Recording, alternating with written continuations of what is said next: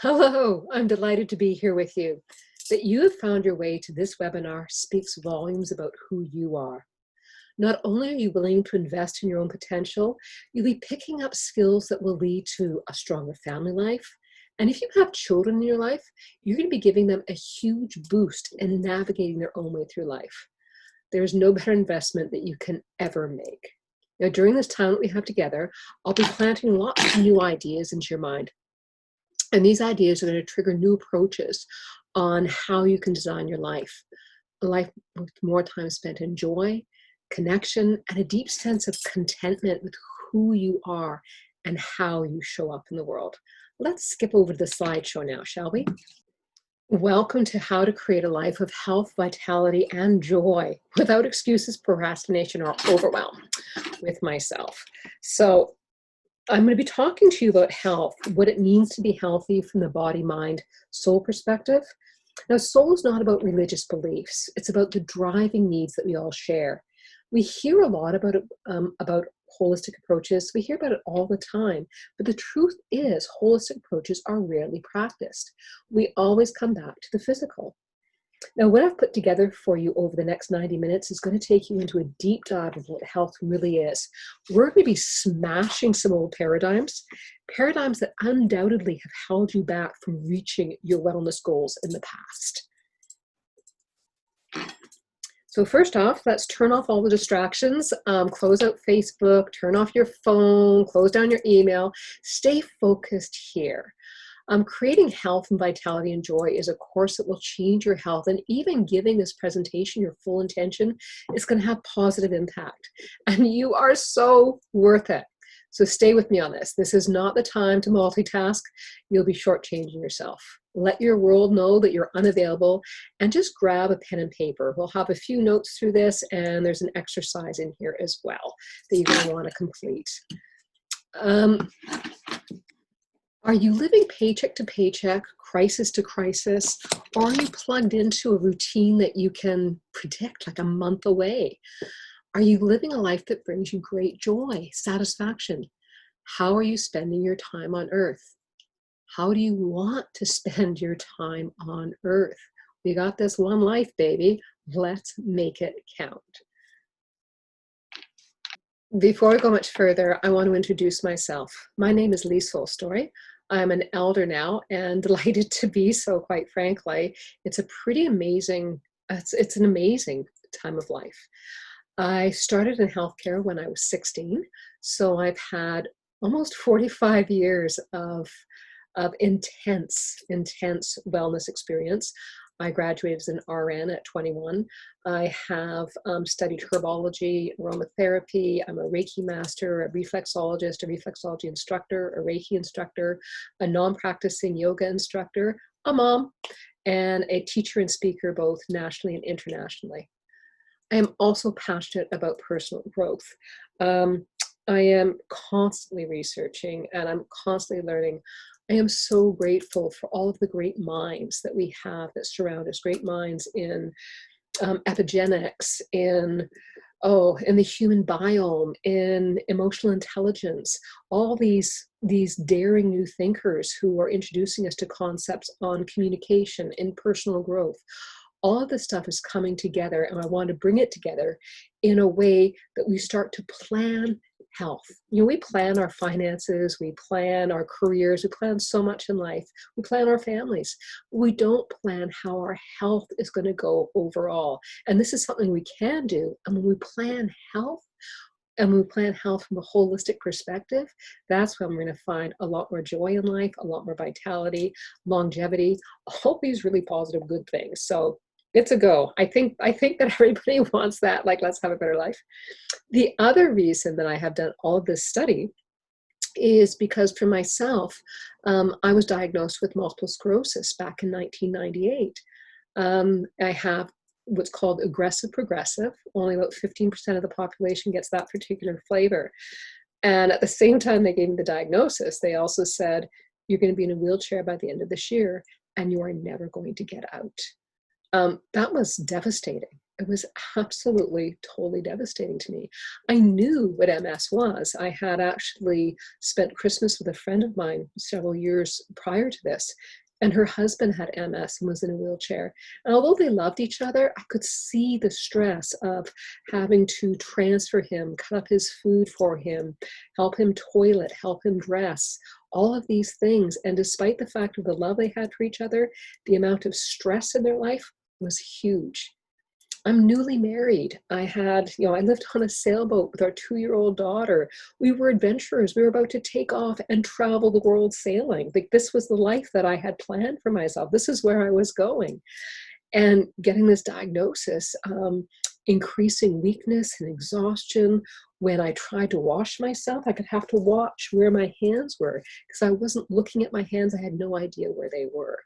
I could barely walk anymore. I was exhausted most of the time. I was fatigued and tired. And the real clincher came one day when I could no longer tie my daughter's shoes. I didn't have any fine motor movement left. So, I was looking at a life where my new husband was going to have to take care of me. I was going to be a burden. I'd never be able to play with my child. Now, I had a lot of resources because of the work that I did in nursing and energy work and complementary health. And I talked to all of my contacts. And the feeling was like, Lee, you're not going to be in a wheelchair by the end of this year. Like, you're pretty healthy. You do a lot of good stuff. You're going to end up there eventually, and you'll probably never be able to hike the Trans-Canada Trail or anything like that. And for me, that was devastating. I'm a hiker. I had hiked the West Coast Trail pregnant. Like, this was a part of my identity. An adventurer, a hiker, an outdoors woman. This is who I was. And all of my dreams, all of who I was, just going, poof. I wasn't going to be me anymore. It was horrid. Now, I knew what the prognosis was. I knew what my treatment would be. I knew what the doctor's recommendations were. And I thought, there's got to be another way. I need to find something else. So I did what I do best, which is research. Google and I, we had a lot of long dates. And I'm so glad that I did. I'm so glad that I took that particular path through life. Now, I'm not always great. A lot of times I fall back, and there's times that I definitely don't do what I should be doing. But overall, I lead a pretty robust and healthy life. I have to say, I'm pretty pleased overall. When I'm off target, my body lets me know. MS isn't a disease for me anymore. It's a barometer. Now, these other pictures, this is taken 4 years later after the diagnosis, when we did get on board the sailboat. And here I am in Kiribati working with a local nurse on a tropical island, learning so much from this beautiful, beautiful man. And you can see our little hospital there where I think this picture's just ended. We've just taken all these medicines out of cardboard boxes after shaking the scorpions and the poisonous stuff out first. It was such an amazing experience just to set this up. He taught me some minor surgery as well. So I just was learning so much and kept on it. I did medical rounds wherever we were traveling in the South Pacific. And I got to learn with some brilliant minds. This gentleman in the red shirt is Papa John. He's one of the foremost healers in the Cook Islands. I got to spend like 6 weeks with him, teaching me all day long. We'd start at 7 in the morning. He would teach me, he would take me around, show me different plants, how different plants and different elements work together. It was just like, it was pure joy. So I am so glad that I took a different path. Can you see where developing some healthy habits is actually really worth it? And given the time that we live in, doesn't it make sense to keep yourself as healthy as possible so that you have the resilience to overcome viral infections such as COVID-19? Now, I want you to stay to the end of this seminar. There's going to be a really sweet giveaway for those who stay to the end. So be sure to stick with us for the whole show, okay? Who is this webinar for? Well, anybody with a body and a heartbeat, quite frankly. I love this particular quote. If you don't make time for wellness, you will have to take time for illness. So for any of us that want to live our lives with happiness and joy and vitality versus chronic disease and worry, this webinar is for you. Now I want to tell you a story. This story is about the Tarahumara. It's a tribe of people in Mexico known for their phenomenal prowess in running. The record is 443 miles in 48 hours, barefoot. They, the Tarahumara, are also known for their longevity. Now, in our society, a 60-year-old will be gearing into retirement life. Expectations of reduced productivity and health are accepted truths of aging in our culture. Amongst the Tarahumara, a 62-year-old may still be running 200 miles in a competitive sport called kickball. A single game can last up to 2 days. For the 62-year-old Tarahumara, the belief is that the older you get, the stronger you get. A 60-year-old will have had decades to hone their physical body, master breathing, master the emotions, and have engaged in spiritual and energetic development. Degenerative pathology with aging is rare in their culture. I want to say that again. Degenerative pathology with aging is rare in their culture. They gain their peak around 60 and maintain a level of wellness till sometime around 110 to 115, at which time they quietly pass along. Now, from this story, I learned a couple of things. First, there's a difference between lifespan and life expectancy. In fact, human lifespan is estimated at somewhere between 110 and 120, while life expectancy here in Canada is estimated at just over 62 or just over 82 years old. And those previous pictures that I showed you in the South Pacific, life expectancy there is 52 years old. So life expectancy and lifespan are two different things. The second thing I learned is health is something that we hone over time. Achieving our potential point of health is a potential to reach for, not a point that we deteriorate from. We can learn to cultivate a holistic approach.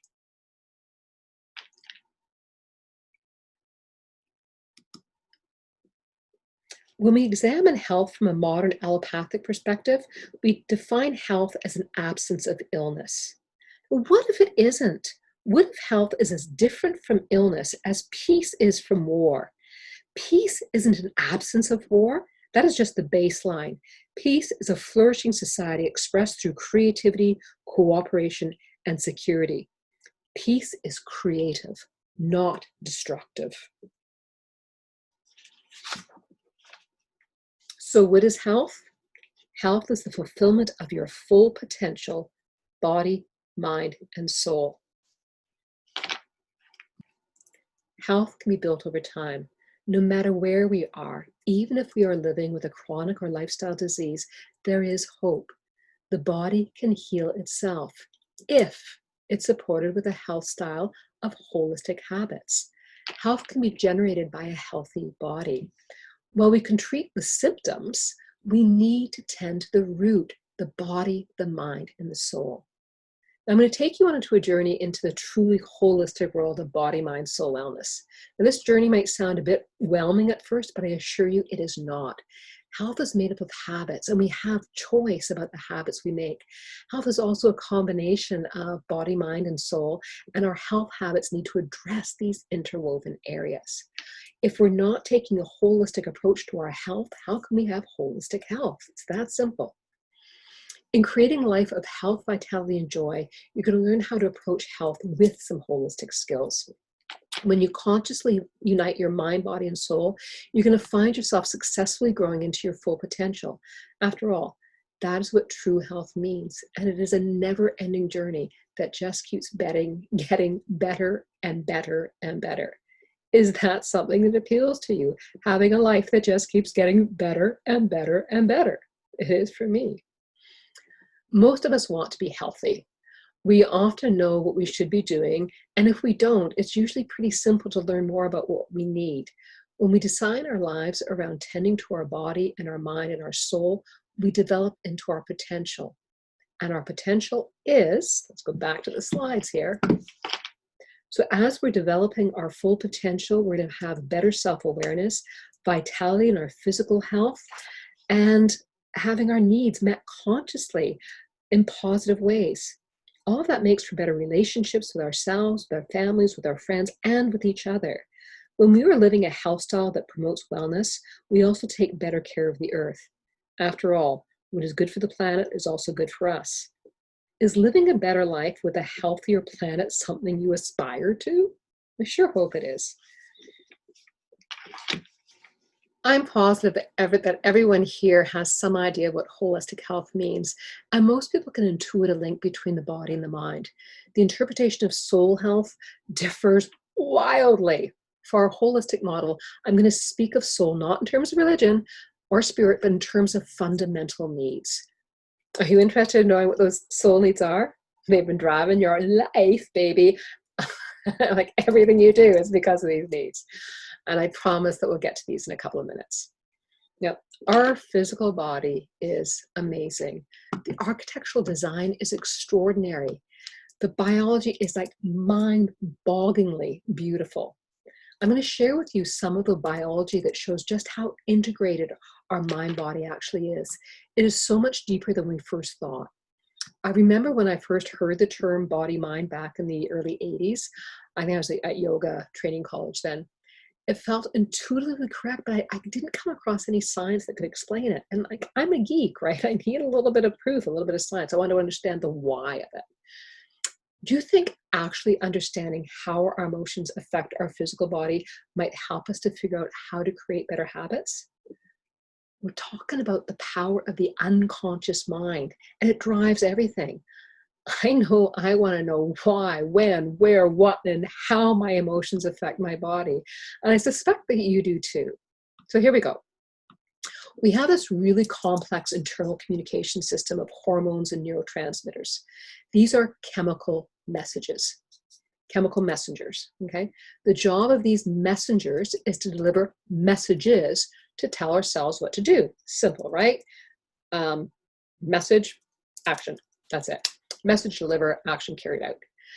These messages flood our body and bathe every cell. These messages are what regulate every physical function of every cell in our beautiful bodies.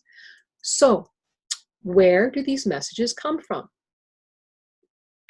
This communication system is controlled by our limbic system, the emotional brain, the part of our brains where fight, flight, and freeze signals are generated.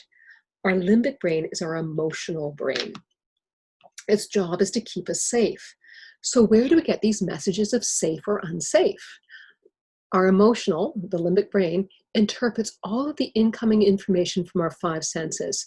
It's interpreting the sound waves that we hear with our ears, the light waves that we pick up with our eyes, the taste from our tongue, the aromatic compounds that we smell through our noses, and the sensations we get through physical touch. We perceive the world through our five senses, and all of this data is being processed in the limbic brain, where memory is used to interpret the data. Our past life experience is the lens that we perceive the world through. Our perception of what's going on. It's our perception of what is going on that determines if we feel safe or unsafe. The cool thing is, our perception is something that we can change.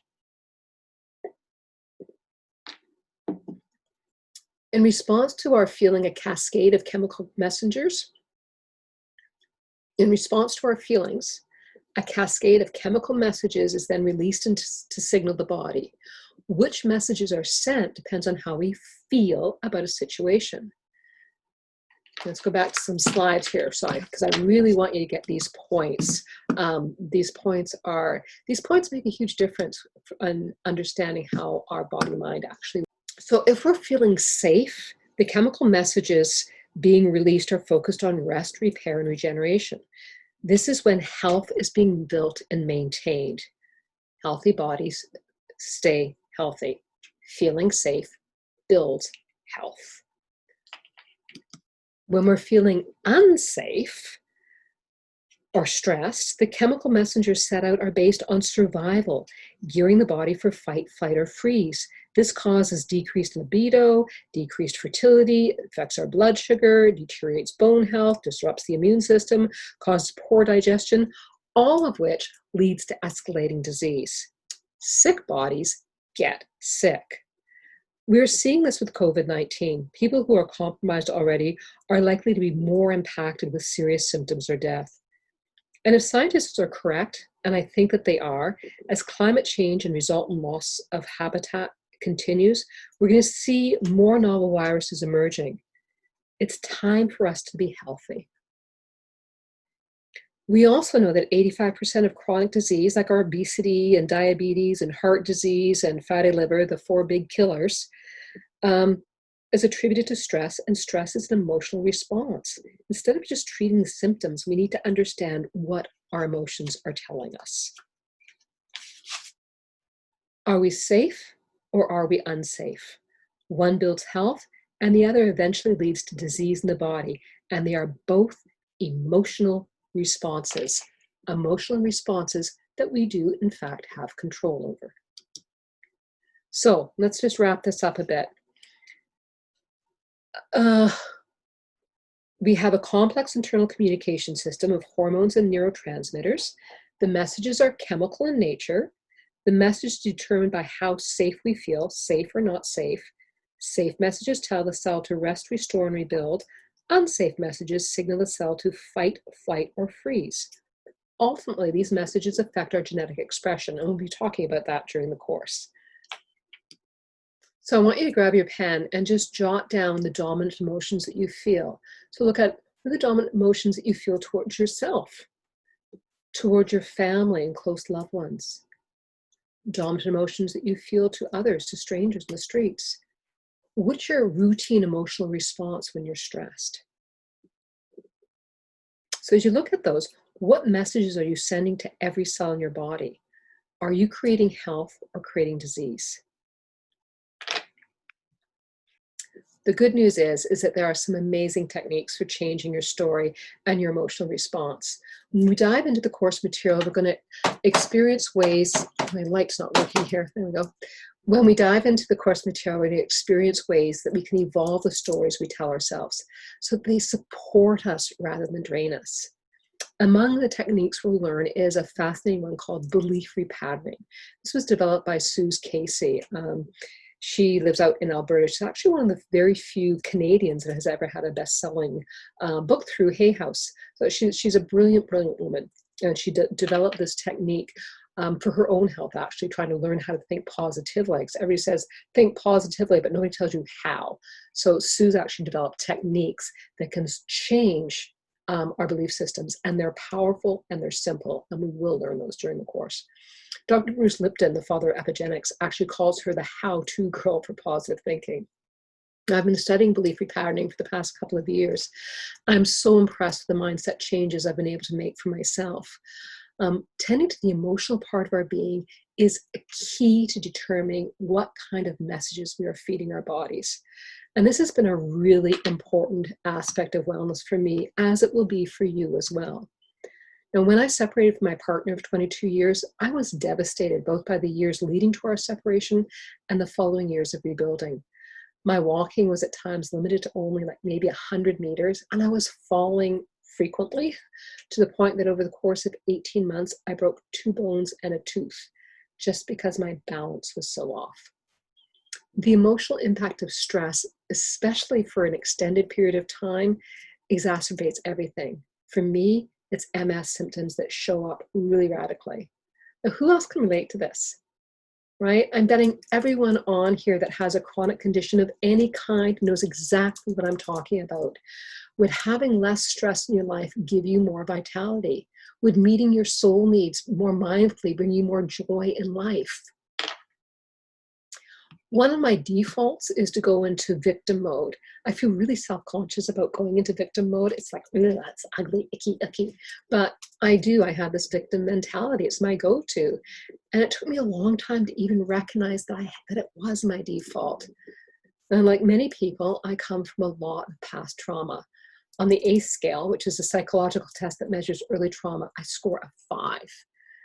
A score of 4 is indicative of challenges with PTSD.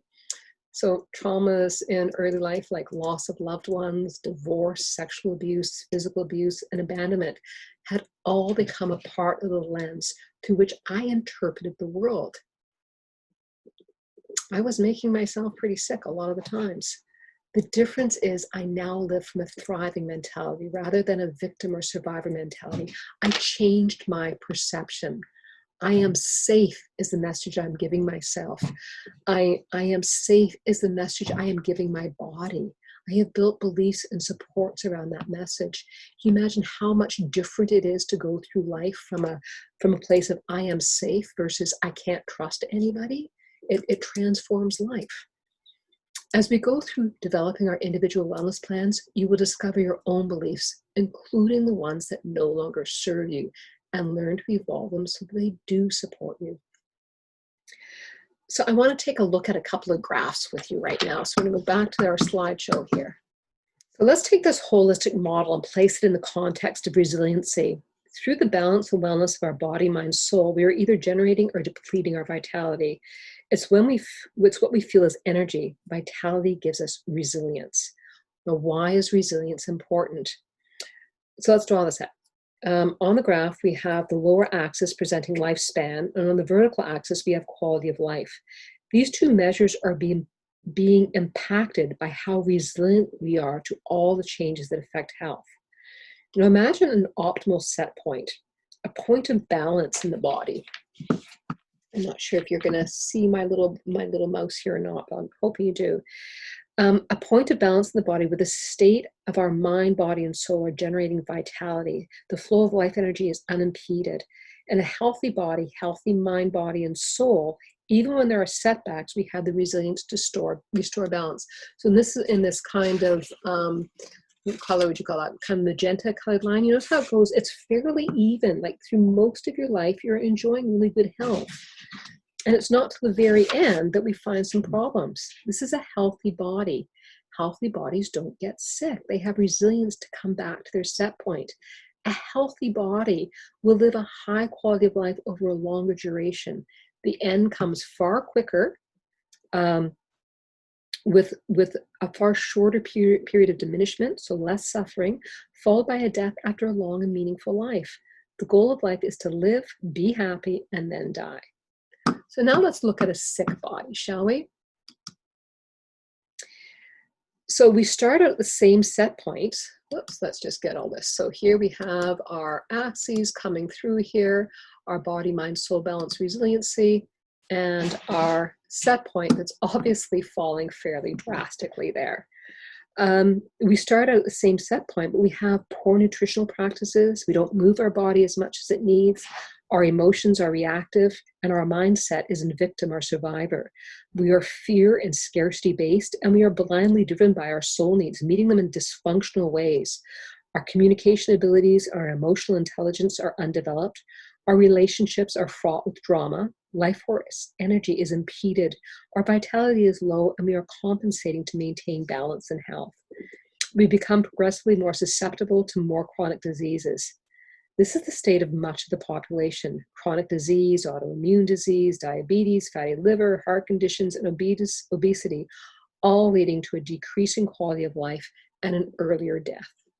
This is a sick body, and it's far more susceptible to attack by viruses, bacteria, etc. Sick bodies get sick. Now, no matter where we are on the spectrum, there is always hope. And this is really, really good news, is that health is a habit, or rather it's a series of habits. And when grounded in good information and ongoing learning, we can bring back our vitality, conquer health issues, and allow our bodies to heal, to become healthy once more with a rich flow of vitality. So I want you to take a look at these two graphs compared to each other. You can see with the healthy habits life, look how much more ability we have in life, how much more life enjoyment is going on from like probably about a third, maybe that's, starting in our 30s, going forward, we're leading a far more joyful, healthier life and a longer life. As soon as we reach that point, like where we're compensating, it's just like downhill. This is not a fun life to be leading. You have constant health concerns, and that health concern is going to be the dominant focus of your life versus what's going on in the world, what's going on in your world. Your total focus becomes illness. If you don't take the time for wellness, you're going to have to take the time for illness. Healthy bodies stay healthy, sick bodies get sick. So the third aspect of health, and I've mentioned it a few times now, is soul. Theologists, great intellectuals, and psychologists from around the world have agreed there are 6 fundamental needs common to all of humanity. Needs that we will do anything to have met. These are the needs that we will walk over broken glass for. These needs drive our behavior. They motivate our actions and our habits. The fulfillment of these 6 needs are the I of who am I. So let's go and take a look at these, shall we? So let's take a look at these soul needs. When we talk about soul needs, the first need that we're going to look at is the need for connection. Get my mouse working here properly. There we go. We all need to belong. We have different types of connections that we make. Connection to self, to family, to friends, to community. We have a need for connection to nature and to our higher self. Without connection, we don't survive. The next is the need for creativity. This isn't about being artistic. It's about self-expression, the need for change and stimulation, to say that this is who I am, to be able to utilize our mind and our body, to be stimulated and to be challenged and to problem solve. This is the realm of the imagination and the voice of who we are. We want to be seen. The next is the need for competency. This is where our self-esteem flows from, to feel that we have value and that we're good at what we do. I'm competent in my area of expertise. The next is the need for autonomy. The expression, I can do it myself, originates from this need. It's about self-governance. I am independent and separate from you. I'm on my own trip here. I'm the boss of my life, baby. The next is the need for meaning and purpose. It's a signal that we matter, that we are contributing, we make a difference, we are in service to others. It's the need to contribute, the need to be that part of the whole and to be valued as a part of the whole that I'm giving back. And the final need is for certainty, the need for security, that life is predictable. This is where safety is, safety and security. Now, all of these needs drive our actions, and our actions are based on our beliefs. We talked about that, about our perception before, right? So each of us prioritizes these needs differently. I think for me, I have really strong needs for connection, also for competency. One of my belief systems, though, is that men are supposed to make more money than women. Believe me, I grew up in a pretty waspy area of Canada, and that was the messaging that I was given from a very young age. Unconsciously, obviously, because up here, like if you ask me that, I don't believe it, but deep in there, I believe it. And so what I would do in order to be in relationship, I would subdue my competency in things. I wouldn't use my creativity as much because I wasn't able to make as much money. And that is pretty self-destructive on a lot of levels. So it's changing, it's noticing the beliefs that we have and learning how to change them so that they support us in creating the best life that we possibly can. So let's unpack this a little bit more because it's super important. Through life, we have developed all sorts of beliefs that influence how our needs are met. These beliefs, as we said before, they're the lens of our perception.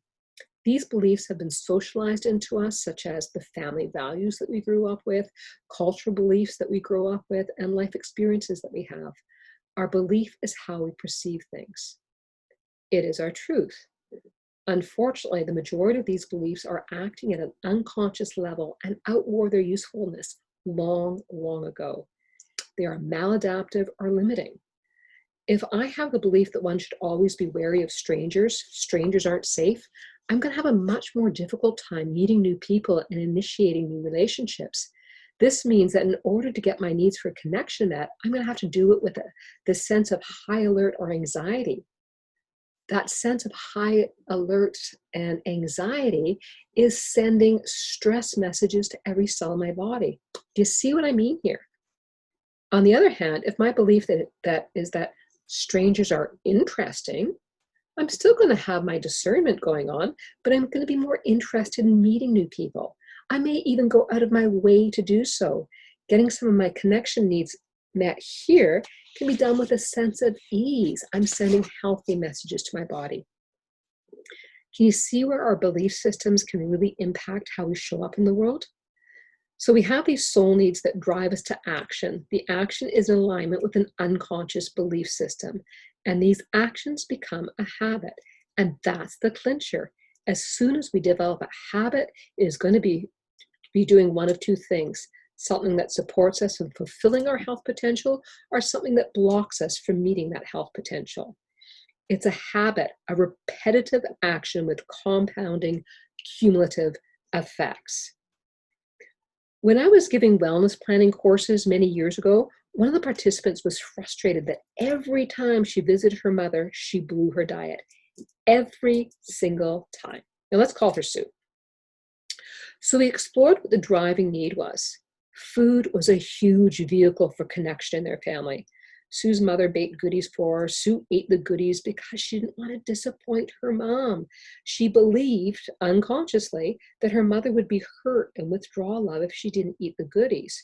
Sue's mom believed that food was love. To not bake special treats would mean not showing her daughter love. This is all going on unconsciously, of course, and it's a habit.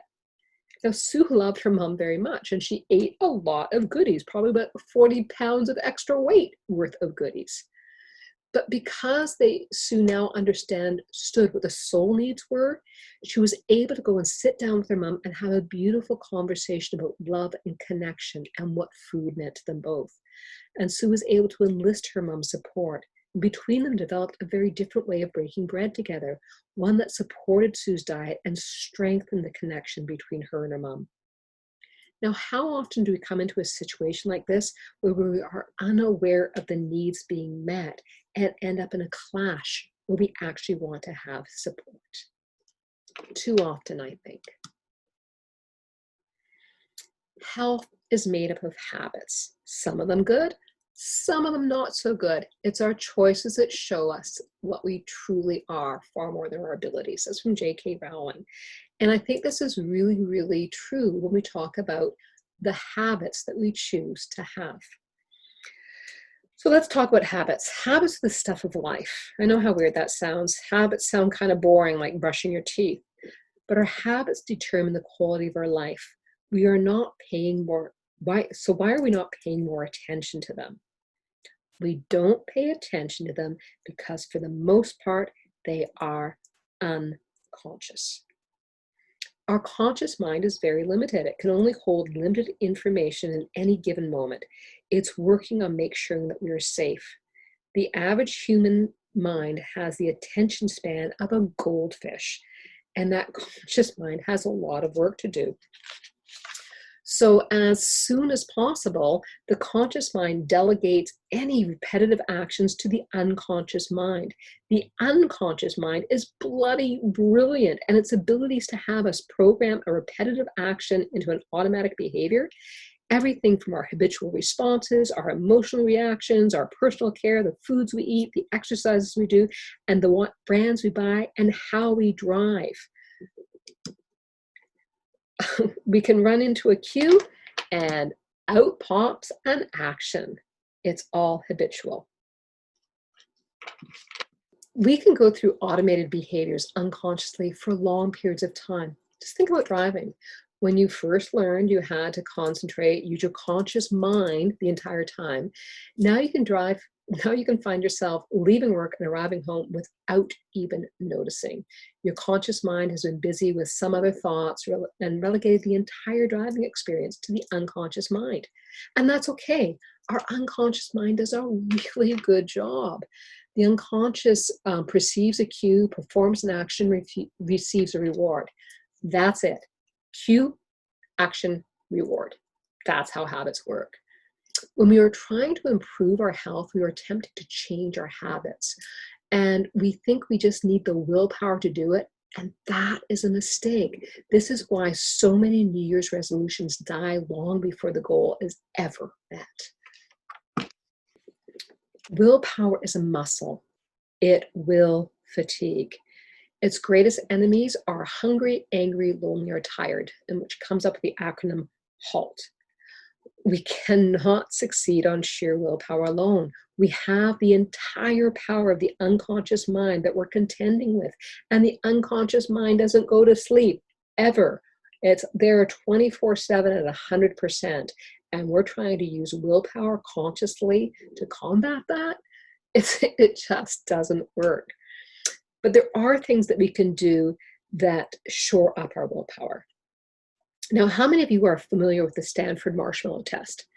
It's a famous test that was done on a group of kids. This behavioral psychologist got some of the kids from his daughter's elementary school and told them that if they could resist eating a marshmallow for a set period of time, they would get 2 marshmallows as reward. Now, the psychologist was really interested in delayed gratification. So these kids are sitting in a room by themselves with a lovely marshmallow on a plate in front of them, and the clock is clicking, ticking slowly, ticking the seconds away. Now, most of the kids would stay focused on the marshmallow, and they were touching it and smelling it and caressing it and eventually eating it before the time was up. And now a few of the kids managed not to eat their marshmallows. And one boy they signaled out, he actually laid his head down on the desk with his vision away from the marshmallow, so he was no longer seeing it, he was no longer getting a visual cue, and he imagined what it was going to feel like to stuff 2 marshmallows into his mouth at the same time. And by refusing to look at it, and by having this other imagination going on, he actually was able to resist eating the marshmallow. He did get his reward, and he did stuff both marshmallows into his mouth at once and ate them both. So he distracted himself, and he created a vision of an alternative. He was successful. What became very interesting with this experiment is that it ended up becoming a longitudinal study, a study over time following the original test subjects through time. It was found that those who could delay instant gratification enjoyed a higher degree of success in life, in every aspect, from careers to relationships to health. We can see that sheer willpower with the promise of a reward doesn't work. What does work is having other strategies in place.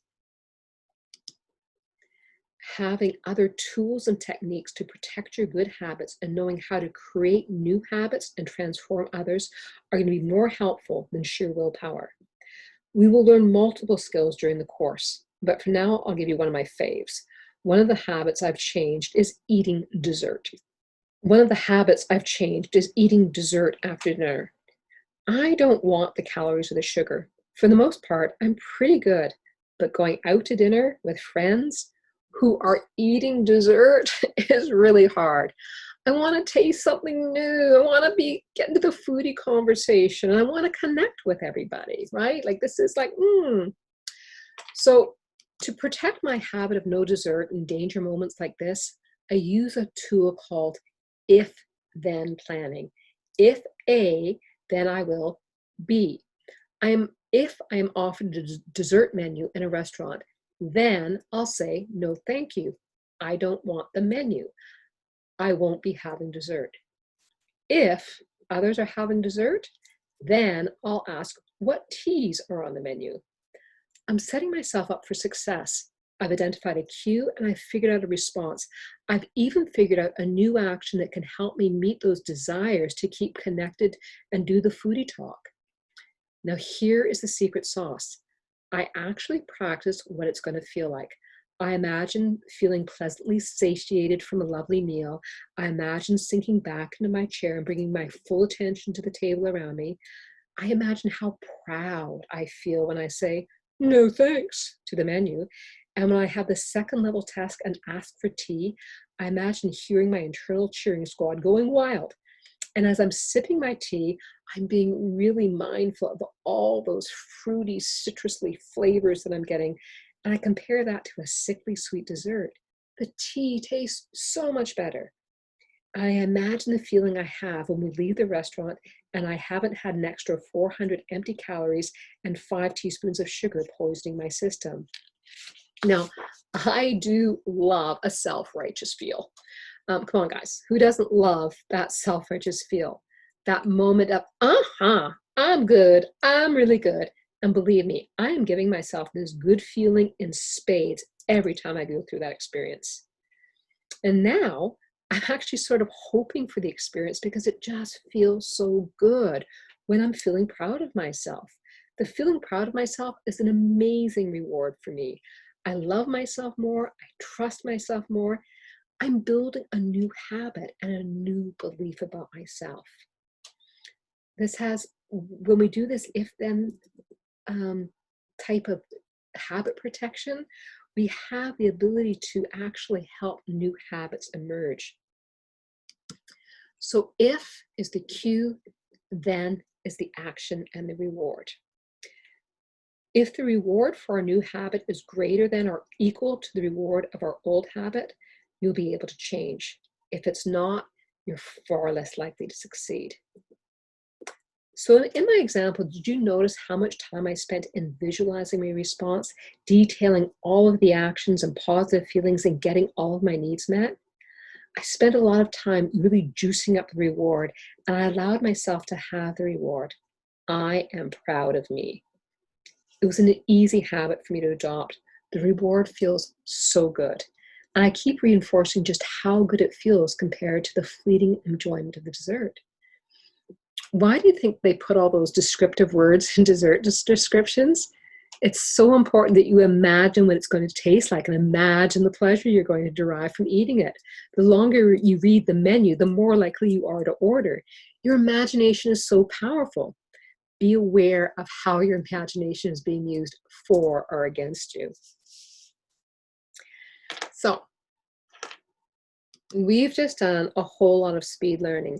I want to kind of tap on a few points that we've done. We collapsed the old belief about what health is, and we now have a new one. Health is not just an absence of illness, it's expanding into living your full, unique potential, mind, body, and soul. We have more clarity on how mind, body, and soul are entwined. All aspects need to be considered as we expand our health into our potential. We can grasp the impact of our emotions and our soul needs on our wellness. And we understand that the belief windows that is our perception are something that we can actually share. We know that our beliefs shape our actions, and now we know there's actually ways to change and shape our beliefs. We're beginning to see that there's a whole lot of tools that we can use to change and reach our health goals. And we've just had a glimpse of the power of habits. We are beginning to realize just how much of our wellness is being driven unconsciously, and that there are ways to reprogram our unconscious mind. So during this program, you're going to develop your personal wellness plan. I call this your health style. This is the living document that is going to be a powerful document to chart your life by as we move into an uncertain future. You will master the most advanced techniques known for achieving goals and forming habits. Your understanding of how your body, mind, and soul work together will be polished into your understanding. And we will learn to understand what supports you and why, so we can make informed choices about health habits that you want to incorporate. Through this training, we'll gradually establish new health habits and replace dysfunctional ones. This is the ride of a lifetime. It's going to take work and dedication on your part, and you're going to experience immense changes in your health.